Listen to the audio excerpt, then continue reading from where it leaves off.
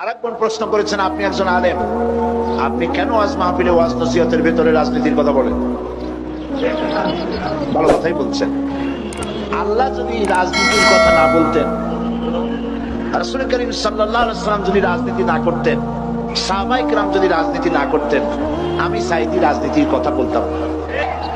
যেহেতু আল্লাহ পাক কোরআনে কারীমের মধ্যে রাজনীতির কথা বলেছেন, রাজনৈতিক বক্তব্য কোরআনে আছে,